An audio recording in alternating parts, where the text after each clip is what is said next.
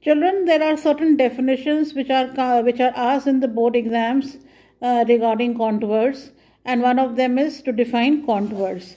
And as you can see, what I have underlined, contours are imaginary lines joining places having the same elevation. You can also use the word height over here instead of elevation, above mean sea level.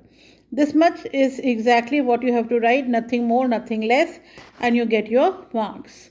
Another term that is asked occasionally in the board exam is contour interval, which in short is known as C, capital I. Now, contour interval, what does this mean? It is the difference in height between two adjacent or successive contour lines. Now, when the contour lines are made, the height between them is fixed, and once it has been determined, it will not change.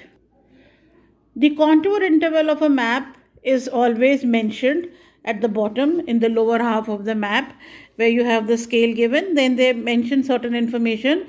One is that all the heights and contours are in meters. That means when you see all these numbers which are written in black color here, or the contour lines which are mentioned or shown in the brown color, all those numbers have no units written next to them, because they have mentioned over here that they are all in meters, and so it is not required again and again to mention the unit in the map.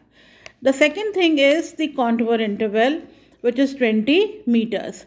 So that means that when these contour lines were drawn, they were drawn after every 20 meters altitude or change in height. Therefore, when you see these contour lines in the map, they always are in interval of 20 meters. I'm just going to show them to you. So you can see that this brown line over here, which is moving like this over here, this is the 200 contour line. You can see the number 200 in brown written here. It is written here. So after a little bit of gap, they keep writing the altitude of the contour line. And as we move further down, the next contour line is seen, which is 180. So the difference between these two contour lines is 20 meters. Now, if we move further, of course, our map ends, but the next contour line on the higher side after 200 will be 220. And in the case of the lower side, after 180 will be 160. Here, you can see 160.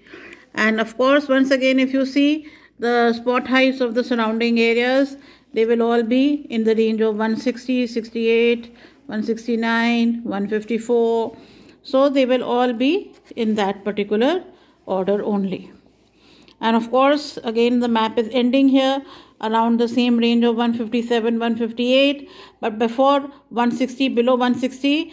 And as we would have, if the area is extended further, the next height will be 140.